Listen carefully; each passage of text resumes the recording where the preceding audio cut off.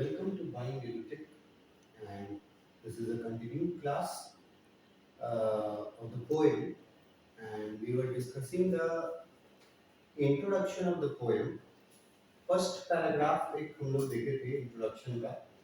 जिसमें बैकग्राउंड बताया गया है एक तरह से कि ये पोयम किस बैकग्राउंड में लिखा गया है। उसमें बताया गया आपको कि पोएट जो है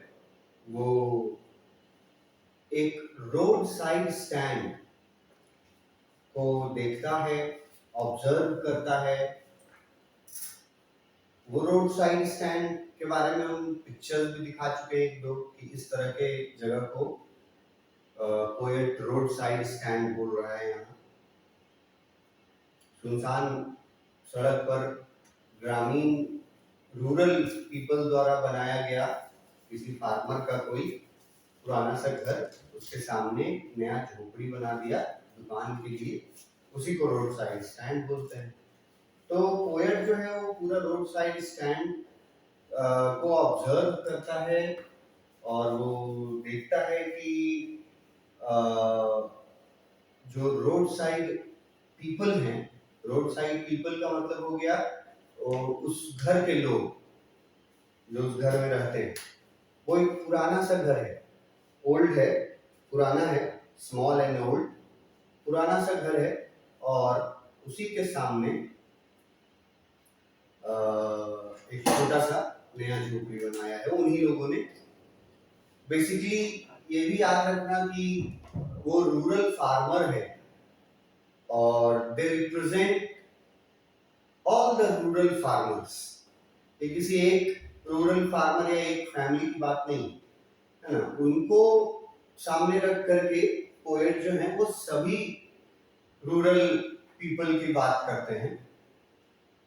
वो बताते हैं कि कैसे उस फार्मर ने एक उम्मीद में, एक होप में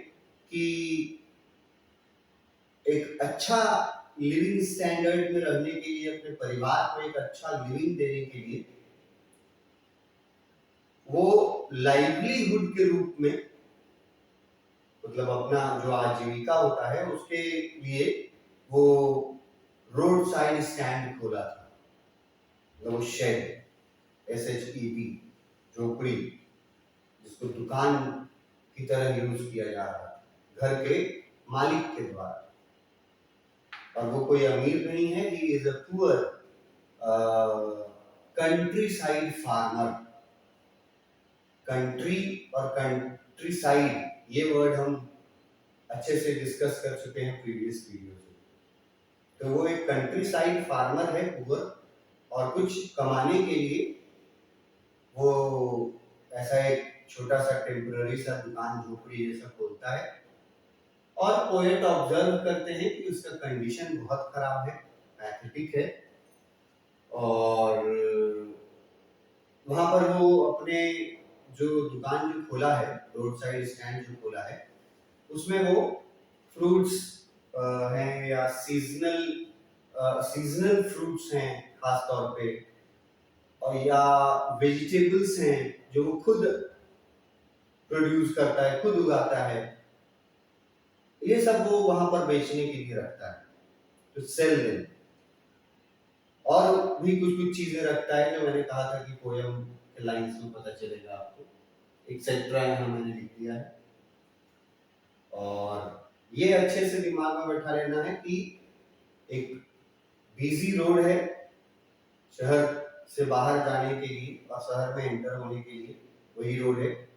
तो it is a very busy road, और उस रोड के किनारे सुनसान जगह पर इस तरह का एक रोड साइड स्टैंड एक फार्मर द्वारा बनाया गया है। इसी को पूरा ऑब्जर्व करते हैं हमारे पोएट, लोगों का क्या व्यवहार रहता है, सिटी पीपल का कैसा व्यवहार रहता है। तो ये पैराग्राफ हम लोग पढ़े थे, busy road leading to the city. Introduction में ये भी पोएट बताते हैं, the poet observes and describes through this poem how the city people treat the road side stand people.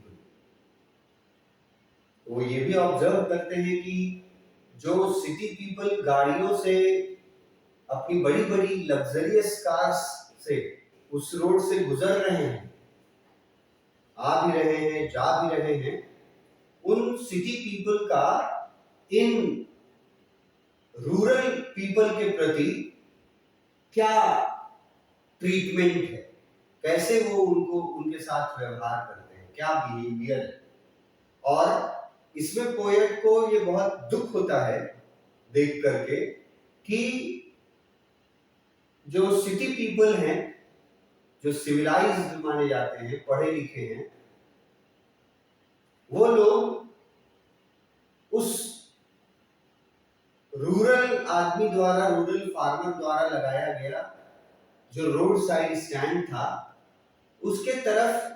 ध्यान भी नहीं देते हैं। They did not even bother to look at it. They did not even bother to notice it. लिखा हुआ है यहाँ, the poet describes how the city people did not even bother to notice the roadside people. अब यहाँ roadside people का मतलब क्या हो गया? Rural people. तो वो बहुत दुखी होते हैं ये देख करके कि सिविलाइज्ड कहे जाने वाले और बड़ी महंगी गाड़ियों में उधर से पास होने वाले जो सिटी पीपल हैं, वो परवाह भी नहीं करते उस रोड साइड स्टैंड को नोटिस करने का। यहाँ पे बॉदर वर्ड यूज किया ना, परवाह करना। They did not even bother, वो बिल्कुल परवाह नहीं करते हैं, नोटिस भी नहीं करते हैं रोड साइड स्टैंड और रोड साइड पीपल की तरफ। The poet is badly hurt to the behaviour of the city people.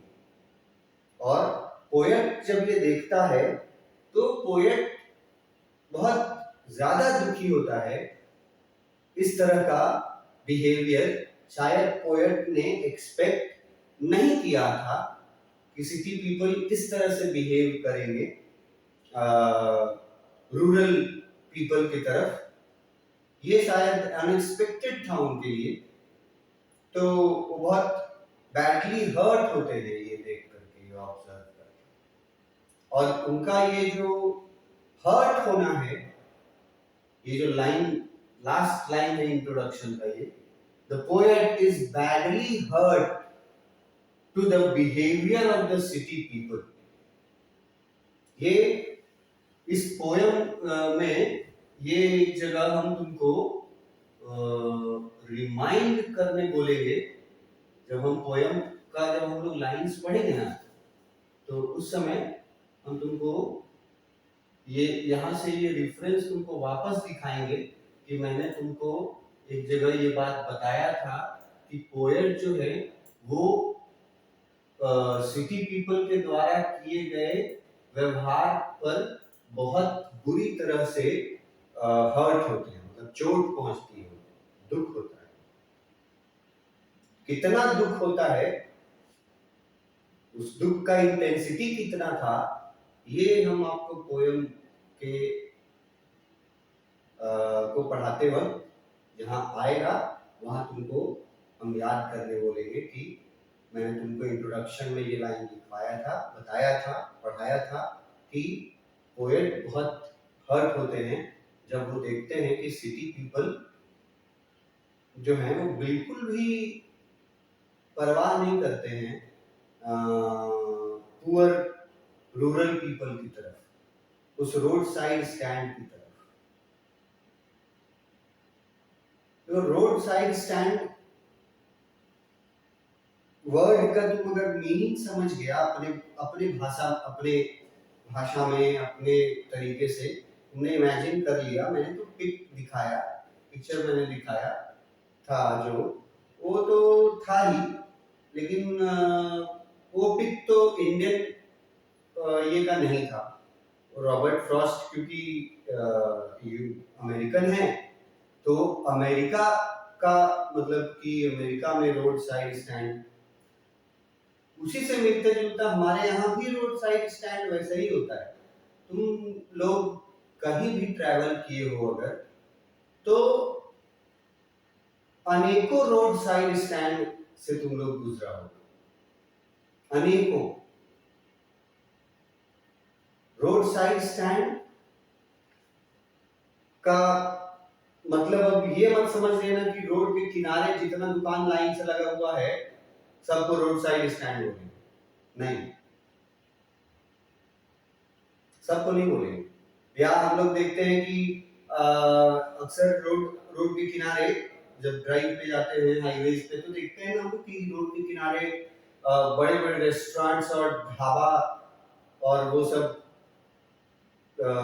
Fooding and lodging के लिए खुला रहता है, तो उसको रोड साइड स्टैंड नहीं हम कंसीडर करेंगे। रोड साइड स्टैंड करेंगे कंसीडर उसको जो सुनसान जगह पे रोड बिजी है लेकिन जगह सुनसान है, वहां और कोई घर वगैरह नहीं है, कोई दुकान नहीं है, बस एक घर है छोटा सा पुराना रोड के किनारे, एक ही घर है और उस घर का मालिक जो है वो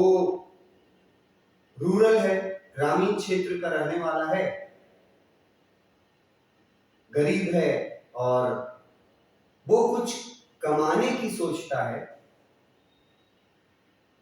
इसलिए अपने पुराने से घर के सामने फ्रंट में एक छोटा सा झोपड़ी बना देता है, उसमें कुछ कुछ सामान बेचने के लिए, उम्मीद में कि बहुत सारे लोग इधर से गुजरते हैं गाड़ियों से, सिटी पीपल,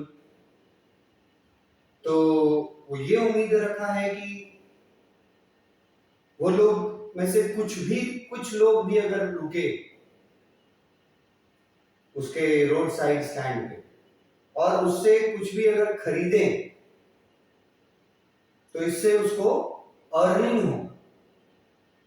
और वो अर्निंग से वो क्या करेगा, अपने और अपने फैमिली का लिविंग स्टैंडर्ड, लिविंग स्टाइल जो है वो बेहतर करेगा, यही उसका उम्मीद है, यही होप है, यही रीजन है उसका रोड साइड स्टैंड खोलने का। तो पहले तो सबको ही रोड साइड स्टैंड का एक अपने मन में अच्छा सा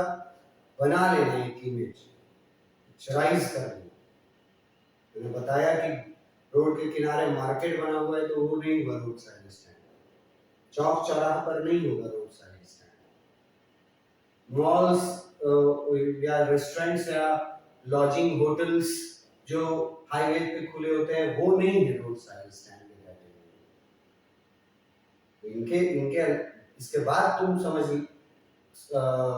इमेजिन करने की कोशिश करना कि रोड बिजी है पर वहां पर सुनसान जगह पर एक घर है पुराना सा,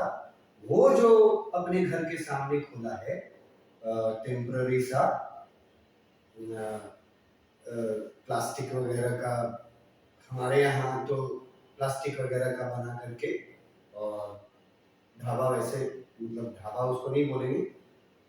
अलग अलग लोग अलग अलग क्षेत्र में उसको अपने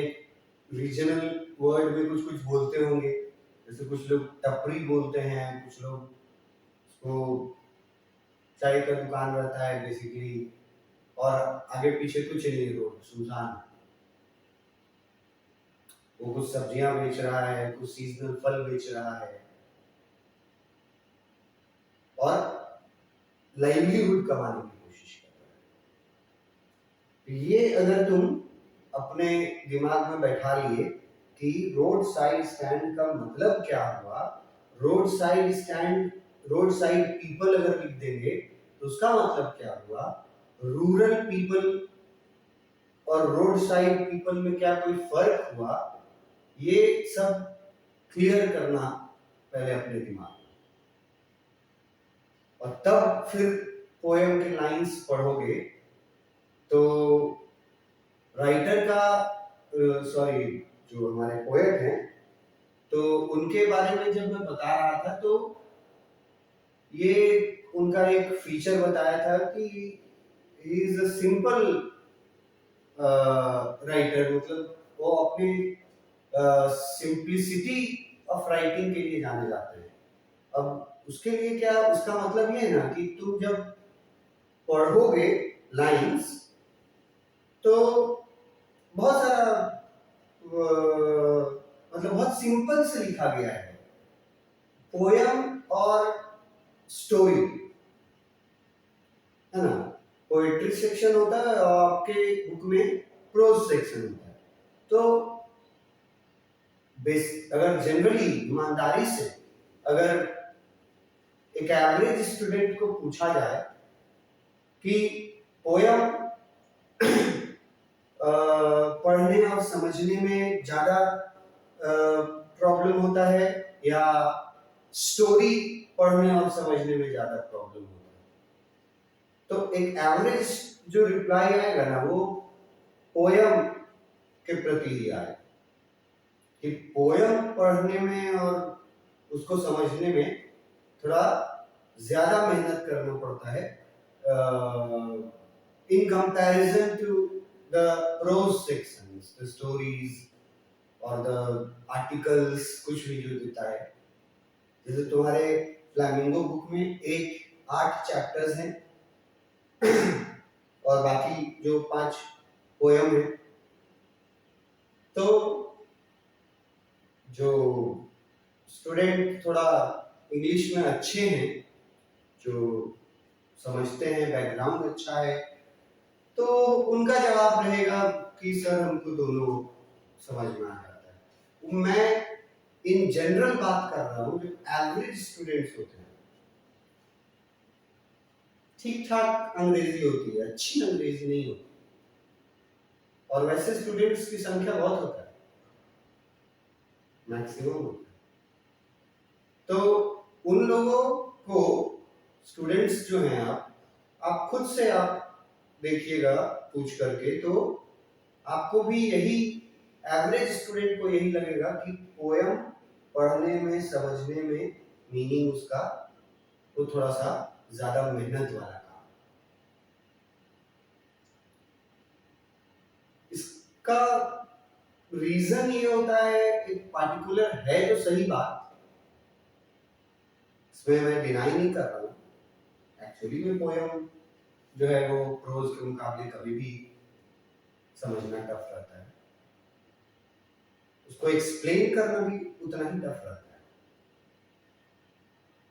जैसे स्टूडेंट पॉइंट ऑफ व्यू से एक एवरेज स्टूडेंट का अगर ये मानना है कि पोएट्री पढ़ना और उसको समझना, स्टोरी पढ़ने और प्रोज सेक्शन में जो जो भी कैटेगरी के चैप्टर्स होते हैं, उन चैप्टर्स को समझने के मुकाबले थोड़ा ज्यादा मेहनत करना होता है पोएट्री को समझने में। अगर एक एवरेज स्टूडेंट का ये पॉइंट ऑफ व्यू है, तो टीचर्स के तरफ से, हमारे तरफ से भी ये मतलब थोड़ा मिलता जुलता ही पॉइंट ऑफ व्यू है कि हमें भी सेम चैप्टर्स को एक्सप्लेन करने में और एक पोयम को एक्सप्लेन करने में हमें भी डिफरेंस पता चल जाता है। हमारे लिए भी ज्यादा मेहनत करना पड़ता है हमें पोयम को एक्सप्लेन करने।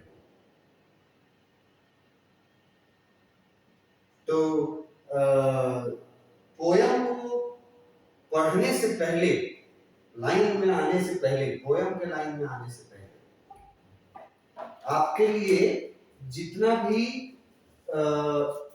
एक तरह से मैं कहूंगा कंपलसरी चीजें हैं, जो कंपलसरी है आपके लिए,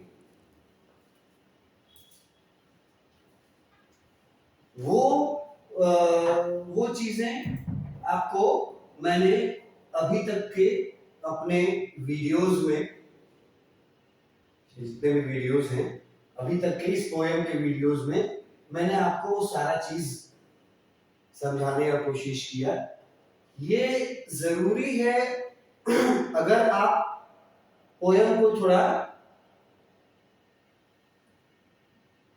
आसानी से समझना चाहते हो, मतलब थोड़ा कम मेहनत लगे, तो उसके लिए तुमको क्या होगा, भूमिका पूरा समझना पड़ेगा। पोएट के बारे में इतना समझना पड़ेगा, थीम के बारे में कि सोसाइटी में जो अनइक्वालिटी है, इनइक्वालिटी जो है हमारे सोसाइटी में, उसके बारे में थीम में बात किया गया था कि रिच और पुअर के बीच इतना बड़ा डिफरेंस है कि मतलब अनबैलेंस हो जाता है हमारा समाज। और मजे की बात यह है कि पोयम कब लिखा गया, किस समय, किस दौरान लिखा गया, और अभी इतने साल मतलब सेंचुरी भी बीत गया लगभग, तो 100 साल बाद भी वो पोयम में लिखी हुई बात, उस पोयम का थीम इनइक्वालिटी जो है, वो आज भी तुम सोच के देख लो कि कितना सही बैठता है हमारे समाज। जबकि पोयम कब का लिखा हुआ है, अभी का नहीं लिखा हुआ है, इतने साल बाद भी ये उतना ही रिलेवेंट है। तो इतना जानने के बाद अब हम लोग ना अपने पोयम के लाइंस पे आए। अब ये पोयम जो है भाई, पोयम है थोड़ा लंबा, ये तो आपको अपने टेक्स्ट बुक में दिख ही जाएगा। ये पोयम जो है रोड साइड स्टैंड ना, लेंथ वाइज काफी लंबा पोयम। जैसे अगर तुम यहाँ से ही तुमको एक टूर कराए हम, तो तुम्हारे टेक्स्ट बुक में देख लो, ये यहाँ से फर्स्ट पैराग्राफ शुरू हुआ है, ठीक है, और ये पैराग्राफ कंटिन्यू है, ये कई पैराग्राफ चेंज नहीं हुआ है, और नेक्स्ट पेज में आ गए हैं, और फिर पैराग्राफ हमारा चेंज हुआ है कहाँ पे, फर्स्ट पैराग्राफ यहां तक गया, मतलब लाइन्स अगर देखोगे हमको लगता है 22 लाइन्स हैं, 1 2 3 4 5 6 इधर है, और 7 8 9 10 11 12 13 14 15 यहाँ हुआ, 16 17 18 19 20 21 22, मतलब 22 लाइन्स का एक ओपनिंग पैराग्राफ है, ओपनिंग पैराग्राफ। और फिर पोएम खत्म नहीं हो जाता है एक ही पैराग्राफ में, ये तो ओपनिंग है, 22 लाइन्स तो ओपनिंग दिखा आपको पैराग्राफ। अब यहां से फिर देखो यहाँ पैराग्राफ चेंज हुआ, तो ये paragraph it is in the news से लेकर के ये भी यहाँ पे आया, एंशिएंट वे, ये भी एक अच्छा खासा बड़ा पैराग्राफ है, 2 4 6 8 9 लाइन का। Second paragraph, first paragraph 22 lines हो गया, सेकेंड पैराग्राफ हमारा 9 लाइंस का हो गया। अब थर्ड पैराग्राफ देखो, ये भी काफी बड़ा है, समटाइम्स से लेकर के बाउंड तक, 2 4 6 8 10 लाइन चाहिए, 22 line first paragraph, 9 line second paragraph, 10 line third paragraph, और पोएम खत्म नहीं हुआ है। उसके बाद ये दोनों लाइन तो हम इसी में गिनेंगे, वो पढ़ेंगे जब, तो 12 हो गया है, ये थर्ड पैराग्राफ। और फिर ये हमारा है फोर्थ पैराग्राफ, जो लास्ट पैराग्राफ है, ये इसका भी लेंथ देख लो, यहाँ से शुरू हुआ है, नो इन कंट्री मनी, और यहाँ से यहाँ खत्म हुआ है, तो 2 4 6 8 लाइन का ये भी, मतलब कि मैं लेंथ समझा रहा था कि काफी लेंथी है, 4 पैराग्राफ्स में है, 22 लाइन है, 9 लाइन है, 12 लाइन है, और 8 लाइन है, ऐड कर कितना लाइन्स का पैराग्राफ, कितना लाइन का पोएम है। तो इस पोएम में आने से पहले इसका जो भी लेक्चर्स इसके बारे में प्रीवियस लेक्चर्स में बताए वो पढ़ो, देखो, सुनो, समझने की कोशिश करो। अगर वहां तुम समझ गए उतनी बातों को तो फिर ये लाइंस में जब आओगे ना तो भले ये लाइन बहुत सारे हैं पर तुम्हारे लिए ज्यादा मुश्किल नहीं होगा अगर तुम प्रीटेक्स्ट उधर सब कुछ जान चुके हो उसके बारे में। तो नेक्स्ट क्लास में हम लोग अपने लाइंस में आएंगे। Thank you.